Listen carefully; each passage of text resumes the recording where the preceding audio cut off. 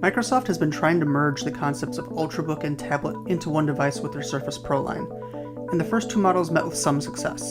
I reviewed the original Surface Pro about 6 months ago and found the concept compelling, but the execution lacking. In June, Microsoft announced the Surface Pro 3, a larger, yet somehow lighter upgrade.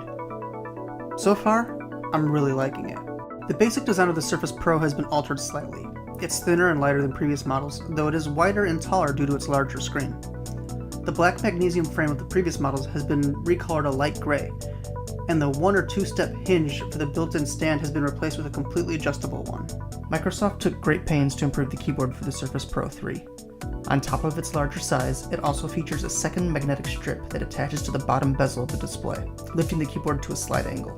It makes the keyboard more stable, though it also adds a bit of a flex to it as you type. You can expect to touch type with the speed and accuracy of any other keyboard, however.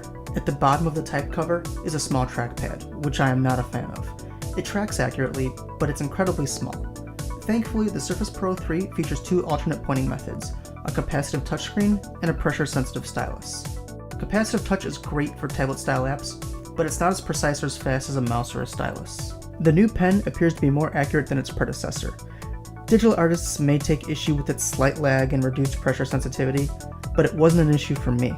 It sometimes required more force than I would have liked, and the tip of my Surface Pen is already showing signs of wear. However, replacing the little nibs should not be difficult or expensive. It's not perfect, but I like it. The most noticeable change to the Surface Pro 3 is its larger screen. With a more reading-friendly 3:2 aspect ratio, it's sharp and bright. Both full-frame and widescreen videos appear with letterboxing, but it's slight and largely unnoticeable. The stereo speakers are surprisingly loud for their size and produce sound comparable with competing tablets. Like the previous Surface Pro tablets, you can use Mini DisplayPort to output video to an external monitor or projector. Despite its larger display, the Surface Pro 3 readily lasts through the average workday. Actual battery life will obviously depend on how hard you push the device. Increasing the brightness or running processor-intensive software will result in shorter running time between charges. The Surface Pro 3 gets around 8 hours of use with a full charge, which is not bad. It's not outstanding either. For the sake of comparison, the 13-inch MacBook Air gets 12 hours of battery life. However, it weighs over a pound more than the Surface Pro 3, and that weight is largely from the battery. Since the Surface Pro 3 must also function as a tablet, I consider reduced battery life to be a reasonable compromise. There are a few Mars on the new Surface. It only has one USB port, and there are still a few hiccups in the software. I often have trouble waking the device from sleep mode, sometimes Wi-Fi drops, and I've also found myself unable to remove the orientation lock from time to time.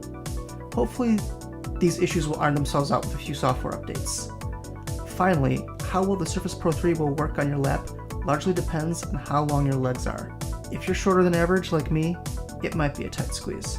The more I use it, the more I feel the Surface Pro 3 is what the original Surface Pro should have been. The tablet side of things is a little less rosy, with the Windows App Store paling in comparison to the Apple and Google offerings, but many major apps are now available there. I'm very happy with the new Surface Pro 3. I had no misgivings about returning the first model after just a few days, and I have no misgivings about hanging on to this one for the foreseeable future. It's a little expensive, but it is incredibly flexible, and it can actually do double duty as a laptop and a tablet. The Surface Pro 3 gets a 0.5 on the Impoverished Geek scale of buyer's remorse.